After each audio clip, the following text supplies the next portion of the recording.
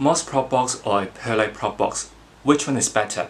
Oi, I'm Daniel, welcome back to my channel. Today I would like to talk about two propagation methods, a Perlite prop box and a Moss prop box. You may ask, why do we need a prop box? Why can't I just simply do water propagation? There are three reasons that I would say a propagation box is good for you. Firstly is to keep everything in just one setting. Let's say you got a box and everything is just in it, so you won't miss anything. Secondly is to save space. Imagine you're doing water propagation. You probably have a lot of glass, mugs, cups around your room, and it is quite hard to keep an eye on the progress, and it is quite hard to maintain as you need to pick up the glass and see it one by one. Thirdly is to keep the humidity as high as possible, and it is important to plant growth. Usually when you're doing a propagation box, you will keep a lid on. And with Perlite propagation box, you probably have a little bit of reservoir, and Moss prop box is usually moist. In a closed setting, the humidity is always high, which means that you don't have to do too many things in a week, and it's also quite important to plant growth. Firstly, I would like to talk about Perlite propagation box. If you have Perlite at home, which I think is quite common if you're using soil as a substrate, as it is quite an important ingredient for an arid mix, what you have to do first is to rinse the Perlite to avoid the dust. And then what you have to do is find a box or container like this. You don't really have to spend a lot of money just buying the boxes. You can be a little bit creative here, just look around your house and let's see what you can use as a container. The most important thing here is that you make sure the container is high enough to hold the Perlite with a little bit of reservoir, and maybe high enough to hold a cutting as well. Just bear in mind you don't have to really spend a lot of money just to buy containers. Just look around, I think you should have some sort of clear container like this. After you find a box, you just have to put a layer of Perlite with a little bit of water reservoir. The last thing you have to do is just to put the cuttings in it. You just need to put a note just under the Perlite and it is done. Keep in mind that you don't really need a lot extra water reservoir because this box is closed. The plants and the cuttings won't use up the water as quick as you imagine, and this box is closed and the humidity is always high, so you don't really need to top up water once a week. Just observe the condensation along the box. If you see less condensation, which means it is the time to top up a little bit of water. Bear in mind, you don't need a lot of water. You may use water with nutrients as your reservoir because it contains nutrients, and those nutrients are essential to plant growth, which you may observe a faster growth in the box. Okay, let's talk about the good thing about a Perlite propagation box. I think the first good thing is if you're using soil as your substrate, which means you could have a lot of Perlite at home like me. I have a big bag of it, so you don't need to spend extra money to buy Perlite. Just use what you have and it's fine. Secondly, this box is closed, which means that the humidity is always high, which is essential to plant growth. After talking about the good thing about a Perlite prop box, let's talk about the bad things. I think the first thing is I hate Perlite. I don't think it is something that is pleasant to play with. Especially after you rinse the Perlite, you will find it a little bit tricky to manipulate it. I always make a mess with Perlite, so I don't quite like it. Secondly, you may see it doesn't look quite pleasant for the box.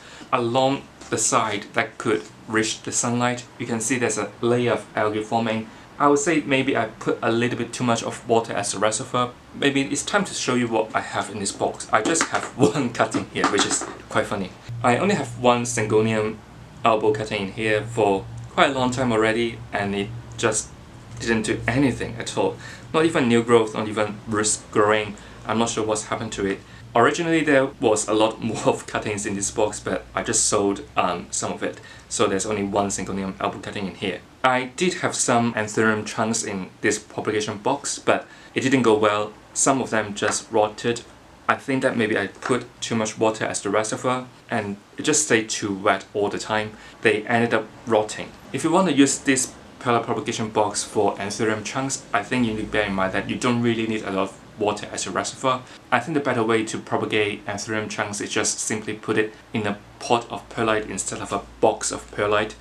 With that pot of Perlite, I would just rinse it first and then put a chunk in it. I would put it in the bag too, so the humidity is always high. From time to time, I will open the bag to see is it doing fine. You don't really need a reservoir for Anthurium chunks. I think it will just make the humidity too high.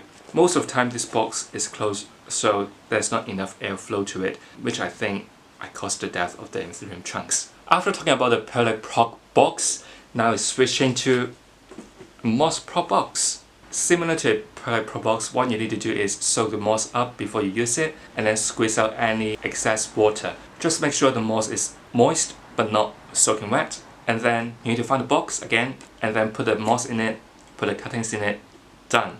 Unlike Perlite Prop Box, you don't need a reservoir for the moss prop box because the moss can hold up quite a lot of water, so you don't need a reservoir for it. Over time, maybe just once in a day or once in 2 days, I'll open the box, so just allow some fresh air to go in, just make sure you got enough air circulation, and I could see as a chance to see any new growth. And then if you see the moss starts to dry out, you can just spray the water on it. You don't really need to pour a lot of water to it because moss can hold water. You don't really need it to be soaking wet, as I said. You just need to spray the water on it. Just make sure it's a little bit moist, and that is enough for the plants. Like the Perlite Prop Box, if you make it too wet and then you don't really allow any air circulation, I think there's quite a high chance for the cuttings to rot in this box. So make sure the moss is just moist, not wet. Make sure you open the container maybe once in 2 days or once in a week at least to make sure the plants grow well in your box. The first good thing of using moss as your propagation substrate, I think, is you don't really need a lot of it. Unlike a Perlite Prop Box, which you may need to have quite a high layer of it, so you can have the perlite and the water reservoir, and the cutting won't directly touch the water. For moss, what you're looking for is something that is airy and something that can already hold water, so you have a reservoir and you just need a really thin layer of it so the plant, the cuttings can grow. And I think it's also good news for those of you who make your own moss pool, because probably you get a lot of moss at home and you don't really need to purchase anymore. Thirdly, it is not messy. Unlike perlite, which could get quite messy and create a mess if it's getting a bit moist, moss is a bit tidier when you play with it. You don't have to be worried if the moss is getting everywhere because it's so easy to clean and it won't create a mess like perlite. The only bad thing I can think of about a moss prop box is maybe when the roots start to grow, it will kind of like stick with the moss you have, and it may be a little bit difficult to remove them if you want to move it to another substrate. And here I got a solution. I will put the cuttings in water, soak it overnight, and it will be a little bit easier to remove them. And then after that, you can really move it to another substrate that you like. So let me show you what I have in my moss prop box. I have first this terrible moss prop box, and here I got 7 things living in it. Firstly, I got 2 alocasia combs, which growing pretty well, and I don't have an issue with it. I will put the combs when they start to give you some roots and start to give you a new shoot, and then I'll transfer it from water to this moss prop box. And probably when I see the new leaf unfurl, I'll put it in another substrate, let's say soil. The second thing I have is this philodendron lupinum. I bought it as a cutting and it's growing pretty well, and I can see that the ciliary bud is activated and it starts to give me something. And I also have this philodendron jerryhawk westic, which you can see giving this new long leaf, which is lovely. And I also have this philodendron pendatum. It was originally a single leaf cutting, but that stuck in the post office for too long and the leaf eventually died off. And I have to put this in a prop box to rehab, and it finally gives me a new leaf, which is lovely too. And I also have this Dubai cutting in here, which I just freshly cut. Lastly, I have to mention this one because it is a Monstera minima. I know that it is not the official name, but I just forgot the real name for it. It is giving me new shoots, and it's 2 of it. I bought it back in summer as a 2 leaves cutting. It's not doing well during the propagation, and it's just like 2 leaves die off, and at that time I didn't see any new growth yet. And I put it in the prop box for a couple of months now, and it's finally giving me 2 shoots, which is lovely. And I also have this smaller moss prop box, and I'm just putting 2 Syngonium elbow in here.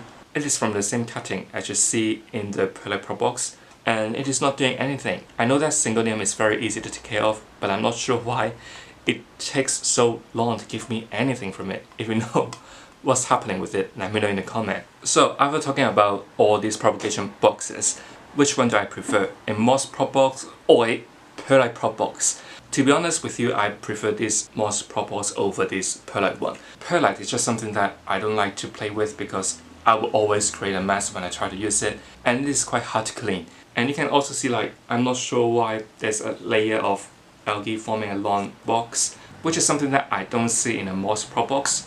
Overall, I don't see which one is growing significantly faster than other. No one is really giving me like fastest growth ever. So I would say that if you need to choose either perlite or moss, just make sure you have that supply in your home and you don't need to buy anything else just for your propagation. Or even if you don't have any moss, you don't have any perlite at home, you can simply just go back to basic using water propagation. The good things about having these boxes is just like you keep everything in one box and you can just take it anywhere. If you don't mind having different jars, glass, cups of water propagation in the room, then just go back to water propagation. And I don't see anything that water propagation don't do. I do still have some cuttings in water because they're just too big in a prop box. So tell me in the comment which propagation box you love most, a perlite one or a moss one. If you don't want to miss any planty content from me, make sure you have subscribed to my channel. If you enjoyed this video, give this a like. I will see you real soon. Goodbye!